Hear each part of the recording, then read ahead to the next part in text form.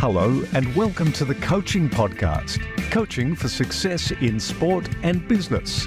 Your host is Emma Doyle, the energy and high performance under pressure coach who is a world leader in unleashing human potential. Buckle up for this high octane session. Let them have it, Coach.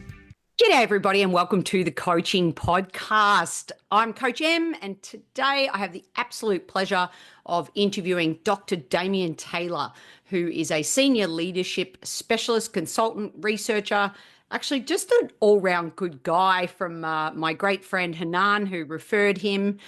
He has a really diverse skill set, not only in helping senior leaders with practices like purpose, strategy, and organizational leadership.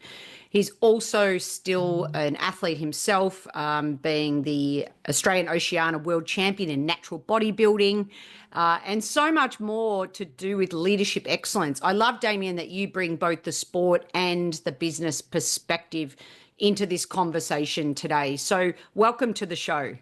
Thank you very much. I'm excited and I appreciate you having me, and it's a real honour to be part of it. It's an interesting, diverse mix that I've got for both the corporate and military and special operations force, but also the sport side of things and coaching and participation as an athlete. So it'll be fun. Yeah, absolutely. Well, I always love a pattern break question, and I always go with my intuition on these, Damien. So the first one, I'm going to say, if natural bodybuilding was a colour, what colour would it be? I think it changes colour along the way, because sometimes it's red, it can be painful, it'll give you a green colour at the end of it, and a blue throughout that you really be going in the zone. So I would say it's multi-tiered rather than just one. All right, let's go there first. The zone. Now, even the myth of the zone is something I think, to demystify the zone. So what is it when you're in it, and is it easily accessible to all? It's a very interesting question, and the zone or the flow state that others might call it. And it's hard to describe when you're in it, because at some stages, whether it be tennis or football or whatever sport that you're playing, for some reason you can't do anything wrong. You're just in the moment and you're letting your instinct, your intuition take over. And it feels like the ball's coming to you whether you want it or not, or things are just happening whether you want them or not. It's just flowing. And you just can't do anything wrong, it feels like. At other stages, you feel clunky and you can't get anything right. You say, wow, it's not my day. And you begin to overthink and you let your thoughts of, am I doing this right? How's my form? Am I approaching it right? Am I standing it right? Just feeling a bit off. So the mind starts taking over rather than trusting yourself, trusting that you've done the work, and allowing yourself just to be in that flow state and be where your feet are and participate. So that overthinking can really, really be your worst thing. If you're prepared as much as you can't control the periphery things. It'll be the results of byproduct. So the more you can allow and accept that you've done the work and be in that moment, I think the more obtainable flow state is. You can't get there all the time. It is a beautiful thing when you're there, there's no doubt. Yeah, I mean, my sport of tennis growing up, if I asked, in the course of 12 months, how many matches did you feel like you were in flow state? It's usually less than two hands. So I agree. Yeah. The other thing that I think is important, because it's easy to look at these people, especially the Australian Open's on right now, and think, wow, everything happens so easily and effortlessly. But so often that actually isn't the case. And yeah. Did you feel, if someone asked you if you were in the flow state of that game and what it felt like, could you articulate it well? It's not something easy to tell others. What would your thoughts be?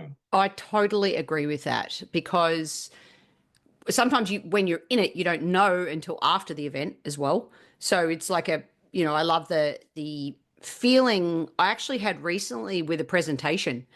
And when I was presenting, I was in flow state so much that I was almost I had an out of body experience, like looking down on myself, watching myself present and Yes. Yeah. interacting with the audience. So I could feel that in the moment, but I couldn't describe it till after the situation. But I can't tell you the last time during a keynote that I felt that. It's probably at least 8 months since I felt that. So I think that just to demystify it, it's attainable, it's accessible to everybody. And I think you hit the nail on the head. It's so much of it is about the preparation, isn't it? Like if you've done Very much everything you so. Yeah. can, then it's about trusting the outcome. Is there anything else you want to share on that? Well, and where does that trust come from? The trust comes from the honesty to yourself that you've done the preparation, you've done the work. So integrity is a word that's used a lot, but integrity for me is honesty plus trust. So your actions speak the loudest. So if you've been honest to yourself and prepared well and done the work, then you gain that trust that, hey, just go out there and play.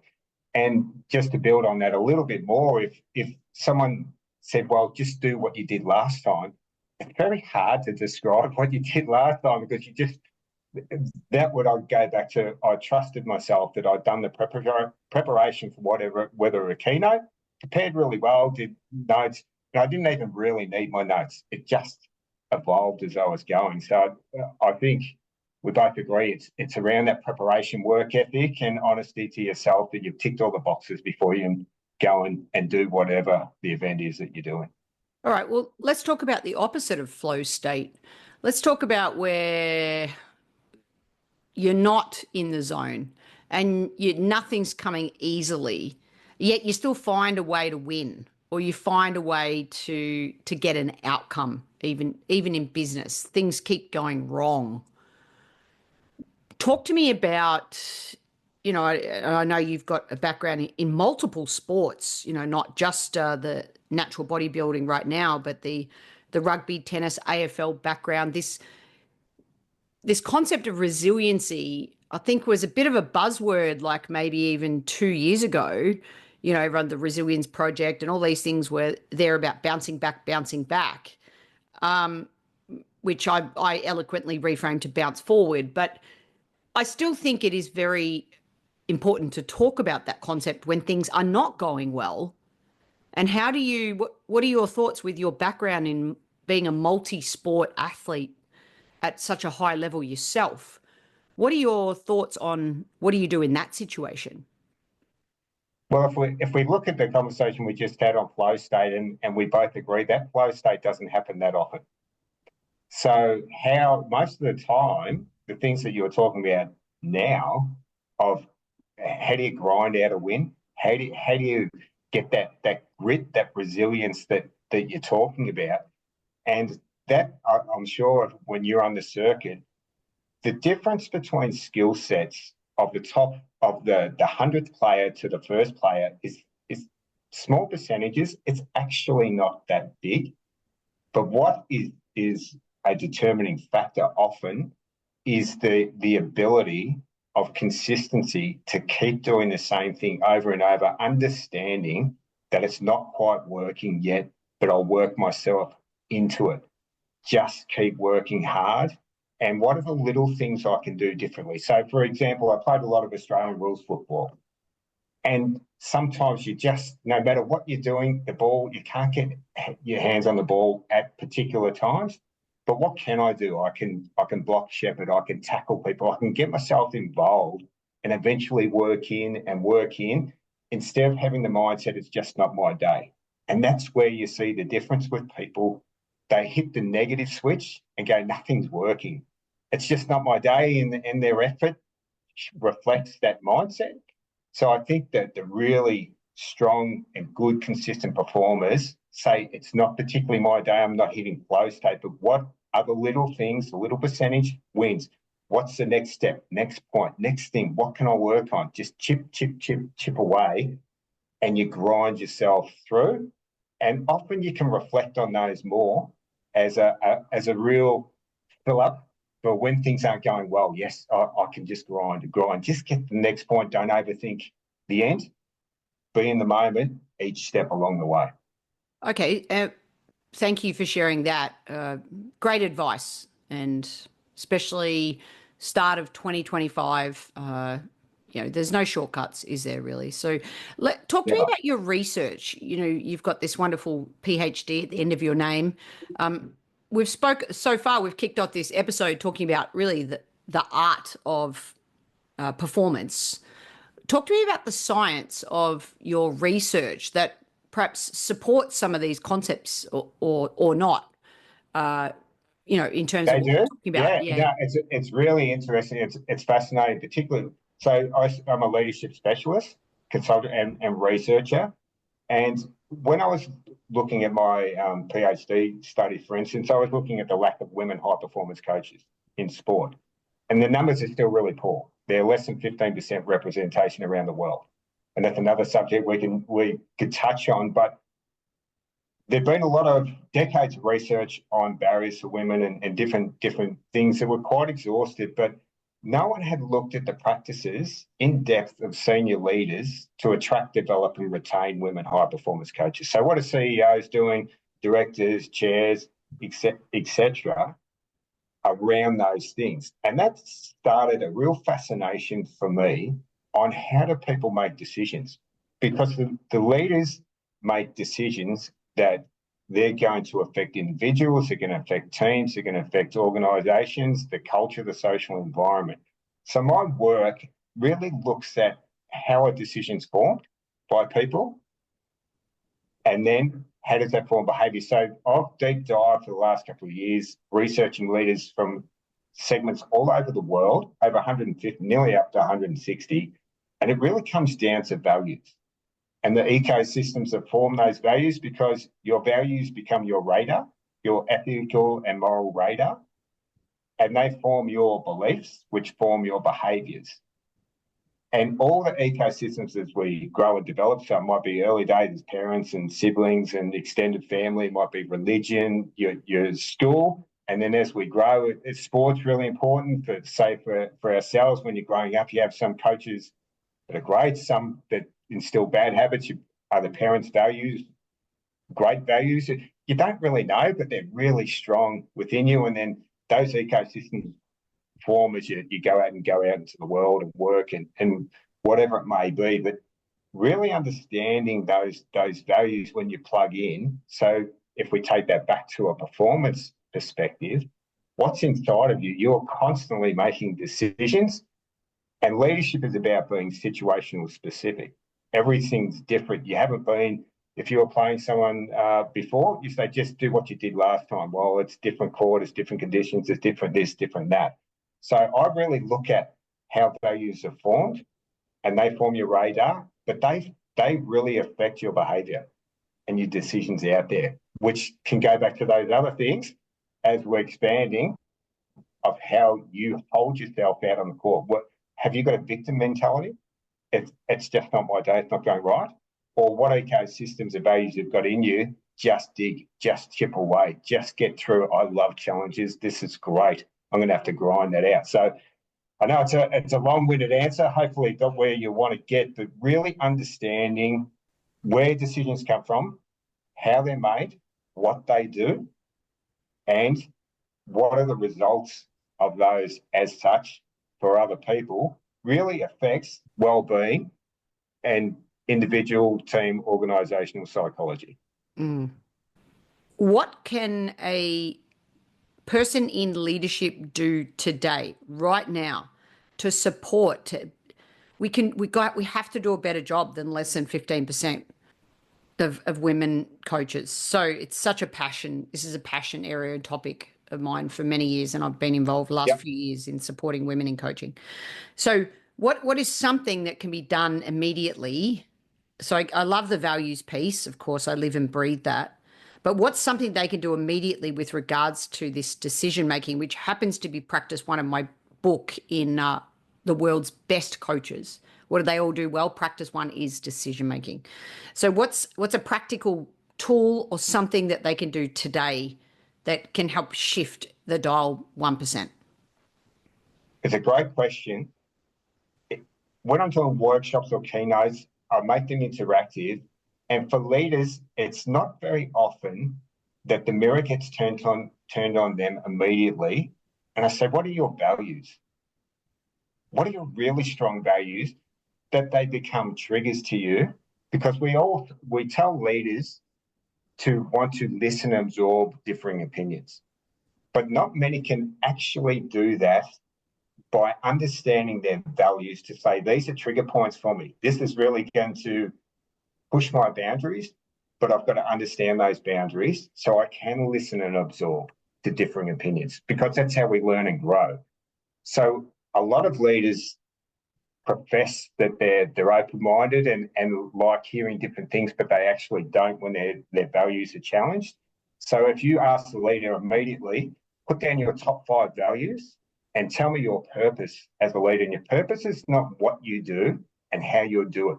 Your purpose is why you're there as a leader. And just to follow on with that, we use buzzwords as a servant leader, authentic leader.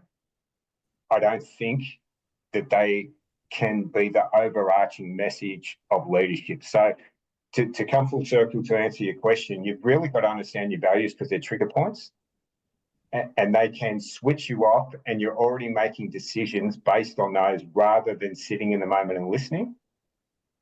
Authentic leadership and servant leadership, being authentic is only a small part of leadership, and so is being of service, because you also have to be autocratic. You've got to be dictatorial. You've got to be empathetic. You've got to be tolerant. You've got to be able to put your arm around. You've got to know when to push back. So leadership is not a word of such, be this sort of leader, this sort of leader. It's an overarching of all those principles, which comes back down to the values and really understanding yourself. Everything begins with self-awareness, doesn't it? It really does. And if you're like old school philosophy, Aristotle, Socrates, Plato, all that, it was all about learning and questioning yourself to learn more about the world. But women's coaching is a passion for both of us, particularly in high performance. And the needle's not changing. We're over-educating women coaches, and it's great to have all these programs for women coaches. We've got a lot of very educated women coaches, but the numbers are still less than 15% worldwide. So we've got to start looking at these senior leaders, the CEOs, the directors and chairs, because they're still using excuses of our stakeholders aren't ready to see a woman coach. And it really drives me nuts that surely we want to see the best leaders in sport. The gender is irrelevant. If you meet or exceed the skills, it's up to the leaders to drive that message through to their stakeholders to say we've got the best leader involved. Until we start changing that conversation, then we'll start seeing the needle change. Why did you start studying this? What was your why?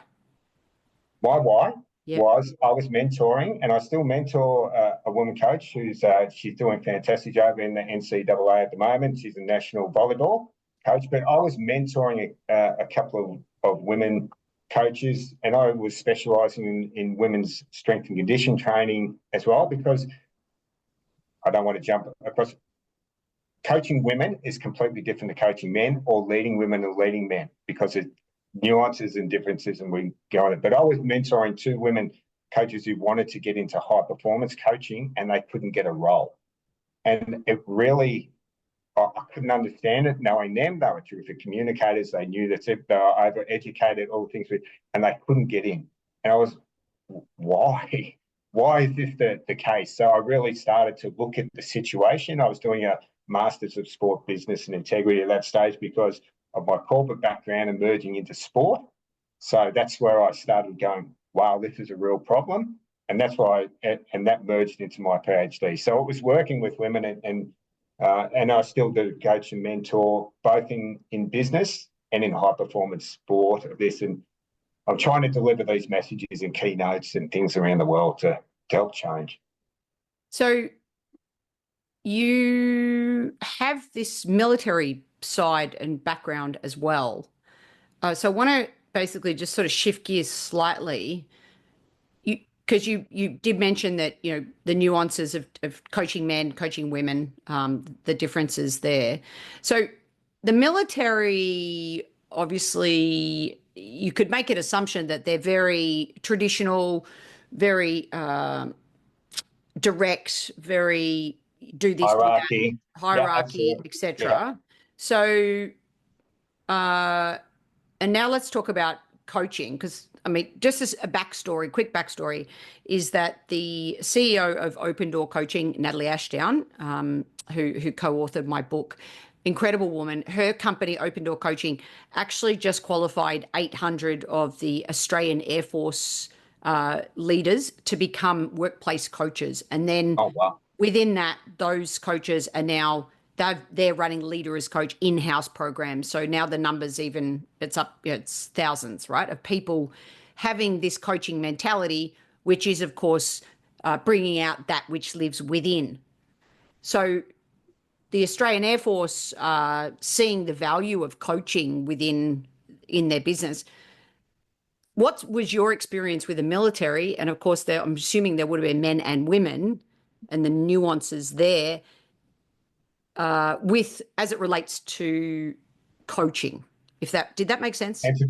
No, it does, and it's a brilliant question. It's something that I've really had some robust conversations with military and then going into corporate, because often, say it's ex-SAS commanders, for example, finish their career and their service and go into keynote speaking or corporate consulting on what is great leadership. And in the military, there is a hierarchy, and there is the presence of giving you a command, of giving you an order. So you may question it, but to a certain point, you can push back and say, because I'm the boss, because I've got this badge, you need to do what I've said. And sometimes don't question me. Now, yes, we can do that in coaching, but that becomes very difficult building a relationship. So they're very well drilled, very well instructed, very informed, and they're great leaders. And some of the situations I've talked to military about when they're on a capture and kill mission and there's bullets flying everywhere and you're losing people, and I won't digress into that for you, but you need really strong, great leadership then, and that's often when these great leaders have come to the forefront and just taking control. But if you pull and extract that out and put it into corporate or sports coaching with the military background, you have to take people in coaching, whether it's a team or corporate, on a journey. You have to take them and give them purpose of, we would like you to do this, we need you to do this, and this is the importance of you doing this as part of the team together. We'll go on this journey to reach this particular point. So military have got an objective. We're going to do this and we need to get that done. Let's do it. It is similar in sport. We want to try and win a championship, but the championship's a byproduct of everything you do along that journey, and you have to give people that purpose and understanding that their role in that is of benefit and they feel recognised and validated through doing it. So whilst it's similar, it's very different in the military, that you've signed on to go through your ranks, and my rank is this, my rank is that, and I'll been told to do something and I have to do it, whether I particularly like it or not, and that could be the commander. But you go into corporate with that attitude and you say, I've told you to do it, do it. It's like, get lost, or I'm leaving. Yeah, a lot of people, I don't like this leader, I'm leaving, I'm sick of this place. So it's a very nuanced difference when the long-time military commanders come out and go into a corporate environment and they don't last particularly long. So people aren't doing what I've asked them to do. It's not an order anymore. It's a choice. So that's why it's very different in leadership. So what do you think makes a great coach in 1 to a maximum of 3 words? Emotional intelligence, understanding purpose. There's 2 others, presence and presence. I'd love you to talk about the future of coaching as you see it, and how those 3 words fit into potentially your response. Emotional intelligence, I get asked what's the most important thing about leadership or coaching. emotional intelligence, from all the work I've done, all the research I've done, far outweighs anything else. Because without the ability to build connection, to build relationships, to read the room, to read the situation, we hear about, that coach is fantastic, wear their heart on the sleeve. I would argue completely against that, because you can have react and respond, react really inappropriately, and then have to spend the rest of the week apologising, and often you can lose the group. So having that emotional intelligence to understand this person isn't quite performing, but do I need to ask them, are you okay? Is something happening in your life that's affecting this? Not you've been crap at training today. Your effort was terrible. So emotional intelligence, number one, understanding your purpose. Your purpose isn't being your how and what. Your purpose is all of those encompassing autocratic, dictatorial, being tolerant, empathetic, removing barriers for people. You're not the finger pointer. You're removing the barriers for everyone else to make their job or their training as easy as possible. Being present, that's something that's really not looked at enough. So we're having a conversation, we're engaged with each other, we're listening, absorbing, asking questions and engaging. But often you can go to a leader and they're not engaged. You're looking at the phone, I call them the yeah, mate, boss, yep. And you're just not listening. And your presence, you look dishevelled, you haven't brushed your hair, your uniform's terrible, you're asking everyone to look professional, but you're not, you look tired, etc., etc. So your presence really sets the tone for everyone else. And your presence, how you carry yourself. You that angry, they're an angry coach. So your presence, are you approachable? Can you have conversations? Do people feel safe? Are you creating that safe environment to listen to other opinions, or you don't want to listen? So those things are so important to coaches and leadership that we don't talk about enough. We look at results too much. We look at what's happening on the ladder or how many championships someone has won. But if you can get those things right, and that is where the women leaders that I've worked with are really good ones, are teaching me so much about the value of emotional intelligence and reading the room. Wonderful. So good. Do you have a quick tip on how to get yourself present as a coach right before you've just had a whole bunch of personal stuff go down and now you're about to step into a meeting or you're about to lead a group of people? How do you get present? 2 words: situational specific. Everything you do. So what happened in the last meeting is not what's going to happen in the next meeting, and it's no one else's problem. You're there for another particular situation. If you had an argument with your partner, your kids, or whatever on the way to work, that is not anyone else's problem when you walk in the door, and you have never seen everything every time. Look, you played, as we talked about before, you played this person before, big deal. Different court, different conditions, and windy, the same. So understanding the things are situational specific and go in and be where your feet are. Be present in the moment. Don't preconceive that they're going to say this, I'm going to say that, because sometimes the person doesn't even turn up, or the meeting doesn't happen, etc., or it doesn't go the way it is. So preconceived ideas, no, we've all got ideas and we can challenge during the meeting, but be where your feet are and be in the moment more. I really love, you've said that 3 times now. Be where your feet are.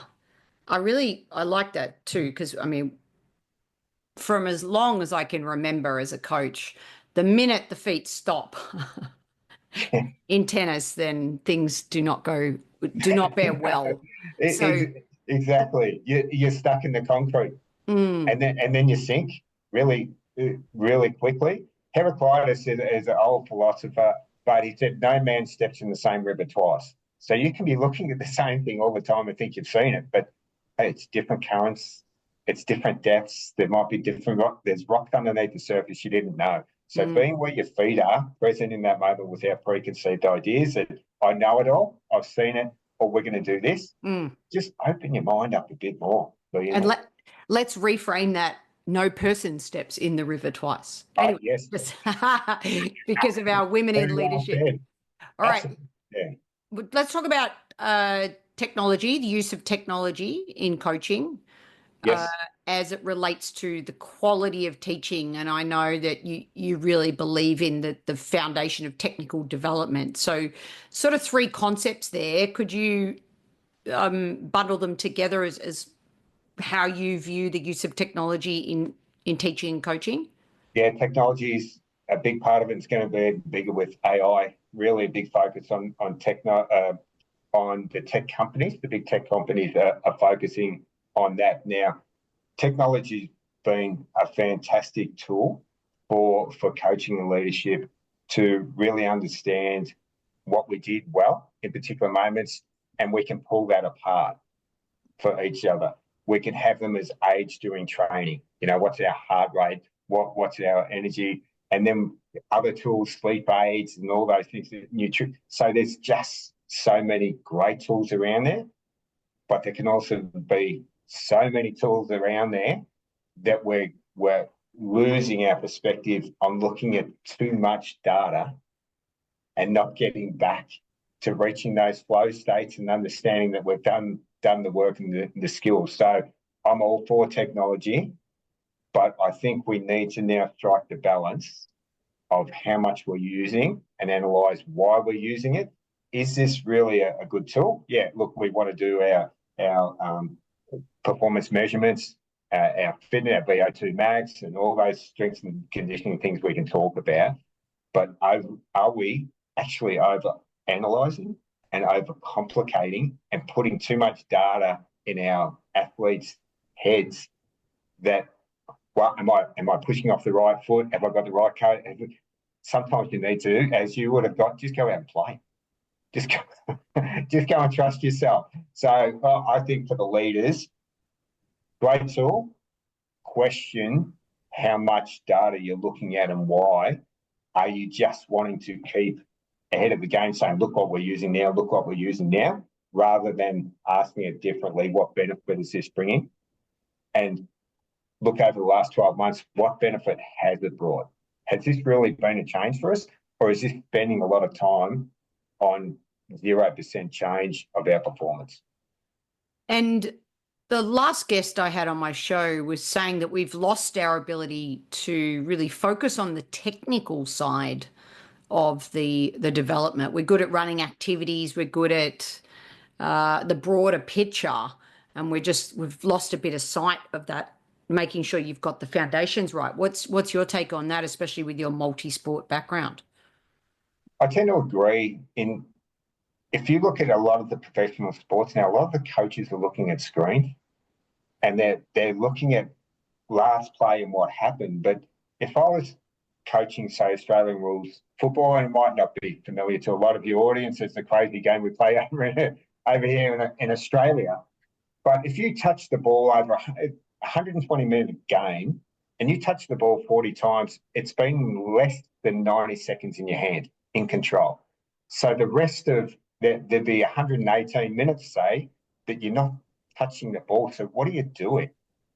And we've lost that art of teaching people to think about positioning, to think about what they're doing for others, and that be of service that we talked about. How is your performance? How is your effort being of service to the team and to being others? So those nuances, we're getting away from doing things like that and teaching the skills of what you can do.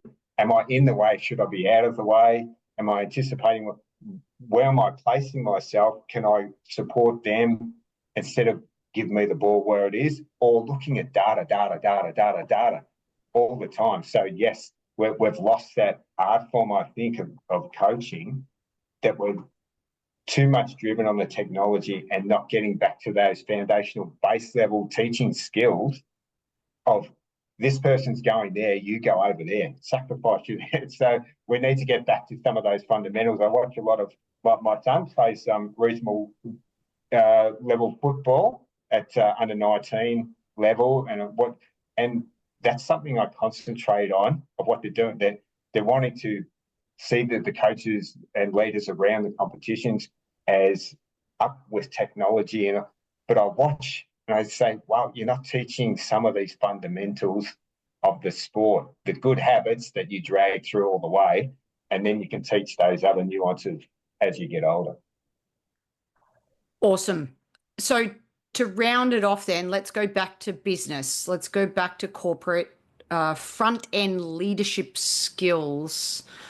What sort of, to land the plane, so to speak, of this episode, what's your best sort of top tips for business coaches, people in leadership management positions?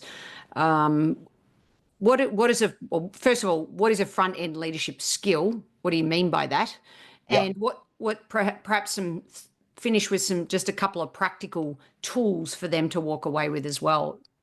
This is my warehouse. This is where I have real fun with the front-end leadership. And front-end leadership, I mean, a lot of the coaching and consulting that's done for people that come into a business is to fix leadership that's broken.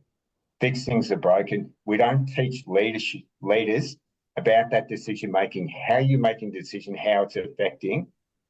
We put values out as an organisation. These are our values. This is our vision. This is our mission. But do we really believe that within ourselves? Are they values that we have?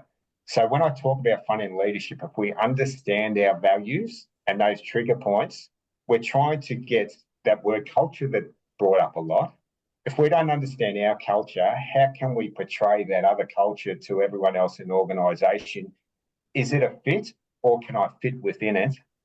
Or is it a magnet pushing each other apart? So when I teach these workshops, I get the leaders to understand themselves, so then they can really collectively integrate together on the organisational values and beliefs, articulate them as one unit. Because when I first asked everyone else, if there's 8 people in the room, for instance, what's your purpose and what's the values of the organisation, I get 8 different answers. When you understand yourself, then understand the organisational values, you articulate that together and you take the organisation on a journey as one, rather than different managers, different leaders going this way and that way, and it's disjointed. So that front-end leadership really ties that in well, individually, collectively, then you take each other on a journey. So if my values are not aligned with the company's values, what do I do then? You really have to question, can you work within that framework? Is that something that's going to challenge me constantly, that's going to push against me, that I'm not going to be able to perform at my optimum and I'm not going to enjoy what I'm doing? Or am I putting too much of my value and weight on this, where I have to acquiesce around these things and I can really add benefit through my service in these areas, which is what I'm there to do. So they are measures, as we said, that ethical and moral radar. But you've got your culture and the organisation's got yours, and they've got it. They're different ecosystems, but can I fit within that and perform my optimum? If really the answer keeps coming back at no, then yeah, you have to extract yourself and go, you're not going to enjoy yourself, you're not going to be a benefit to others, and that purpose and presence, and are you present? It's not going to be there. All right. Well, we have been on a journey in this conversation, Damien. I loved it. Remember, everybody, how can we be where our feet are so that we can practice authentic servant leadership based on our values? Remember, purpose is your why, not your what and your how. And at the end of the day, less than 15% female coaches. What can we all do to increase that number? What decisions can we make? How can we be aware of our subconscious bias?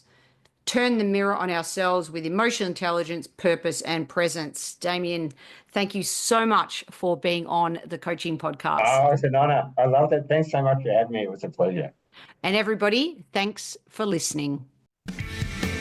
The Coaching Podcast is sponsored by Transition Coach for Athletes, a global coaching, mentoring, and US college sporting scholarship placement service. The service helps athletes navigate the often challenging world of choosing your best college fit while maximizing sports performance. Visit www.transitioncoachforathletes.com. If you enjoyed this episode, please leave a rating review on your podcast listening device. And don't forget to tell a fellow coach about the show. The ball is in your court to take action and enjoy your coaching.